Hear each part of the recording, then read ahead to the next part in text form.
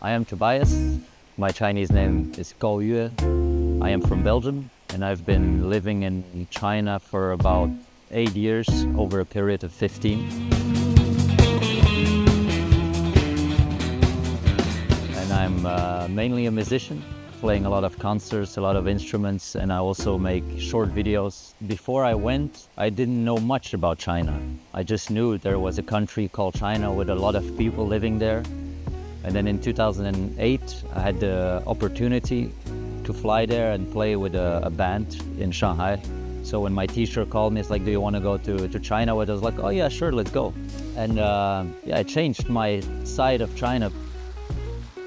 First, I like the way how people communicate. In China, it's a culture of helping each other, being more like, we would say in Chinese, 团结. And I like that in a way, because you can get more stuff done if you're with more. Because let's say in Belgium or in Europe, we're a bit more on ourselves. So we do everything ourselves, but we don't really involve too many other people.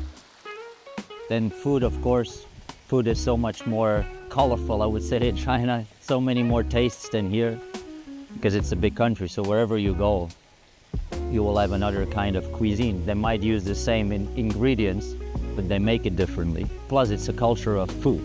You know, here we say, hey, hello, how are you? In China we say, hey, hello, have you eaten? Which at the start I thought was a bit weird, because I don't know you. You come up to me and it's like, hey, have you eaten? It's like, yeah, but why do you ask me this, you know? Now that I've been living there for a long time, I understand, because everything goes around food. People need to see with their own eyes before they can judge. But people like to judge before they've seen. But they don't know, because they only know from what they hear or see on social media or on the news. And then these people, once they came to China, they can see with their own eyes, they're like, wow, it's actually not true. It's way more positive. Like people come to China, or Chinese people even come to Europe, and can see with their own eyes and judge with their own feeling. And so now a positive point that many more Europeans come to China and they have communications with each other.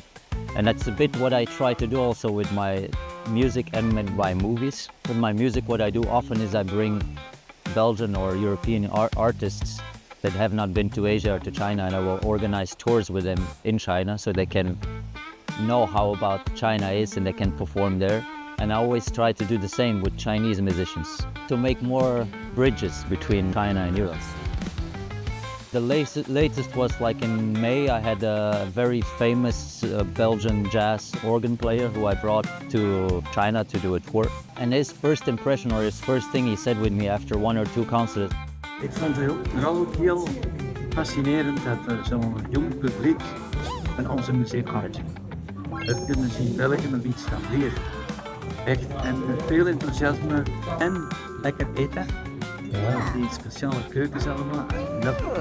En ja, niks anders dan alleen positieve dingen. Dank u eindelijk. I think everyone can do something from their part. Biggest change can come from us.